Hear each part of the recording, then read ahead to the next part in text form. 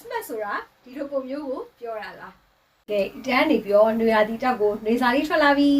ကဲအဲ့ဒါလေးကဘာလေးဖြစ်မလဲဆိုတော့အနိကလေးပြပေးမယ်ကဲအဲ့ဒီဒီဇိုင်းလို့ကြတော့အမကအီတမ်မှာတစ်ခေါက်ထွက်ပြီးသွားပြီဒါဒုတိယကြိမ်ထပ်ထွက်တာပေါ့နော်တအားလှတယ်ချုပ်ရတာလည်းလက်ဝင်တယ်ဒါပေမဲ့လှစေချင်လို့ထပ်ထုတ်ပေးထားတယ်အဲ့ဒီဒီဇိုင်းလို့ကြတော့ကော်လန်လေးကဒါလေးကဆန်းဆန်းလေးနော်ဒီကော်လန်လေးကလေကော်လန်အဝိုင်းလေးနောက်ကလေးဆိုလို့ရှိရင်လည်းဒီမှာအမပြမယ်နော်ကော်လန်ဆိုရင်ဂုတ်ဝက်ထောက်တဲ့အတွက်ဒီမှာလေးဝေးလေးထွက်ကောင်းတယ်ပြီးသွားလို့ရှိရင်ရှေ့မှာရှာခွဲလေးပါမယ်ရှာခွဲလေးကိုကျဲသီးလေးလုံးတက်ထားတယ်ကဲဒီမှာအိတ်ကလေးကဒါဟိုပါပေါ့ပြောမယ်ဆိုအသက်ပဲဘေးမှာကဘောပင်လေးထည့်လို့ရမယ်ဘေးမှာဒီဘက်ဘေးမှာကျတော့ပတ်စံအိတ်တို့ဘာလို့ပေါ့နော်ထည့်လို့ရပတ်စံထည့်လို့ရအောင်အိတ်ကအလှလေးလုပ်ပေးထားတယ်အိတ်ကဒီဇိုင်းလေးအလှပေါ်ပေးထားတယ်ပြီးအင်ကြီးလေးဆိုလို့အဲ့တိုင်းပဲရှေ့လေးကိုကျတော့အတိုနောက်ကလေးကိုကျတော့အရှည်ပေါ့နော်ဒီမှာ၄000ပုံစံဆက်ကလေးလုပ်ပေးထားပါတယ်လက်ကလေးကကျတော့ပကုံးရှော့လက်ကလေးပေါ့နော်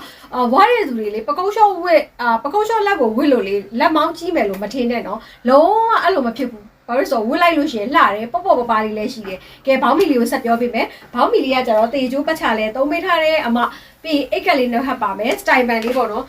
အစင်လေးကကြောက်လေတအားလာတယ်နော်အစင်ကလေဒီအစင်တွေကရှားပါးစင်ပေါ့နော်အပွေလည်းမဟုတ်ဘူးကက်ရှမီးယားစင်မျိုးလေးတွေလေနွေရာသီမှာတအားလာတယ်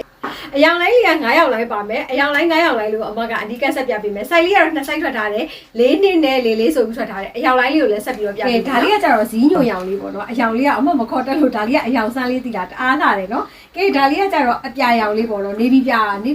မိုးပြာရောင်လေးဖြစ်မယ်ဒီရောင်လေးကကျတော့အယောင်2ယောက်ပါတယ်နောက်2ယောက်ဆက်ပြပေးဦးမယ်နော်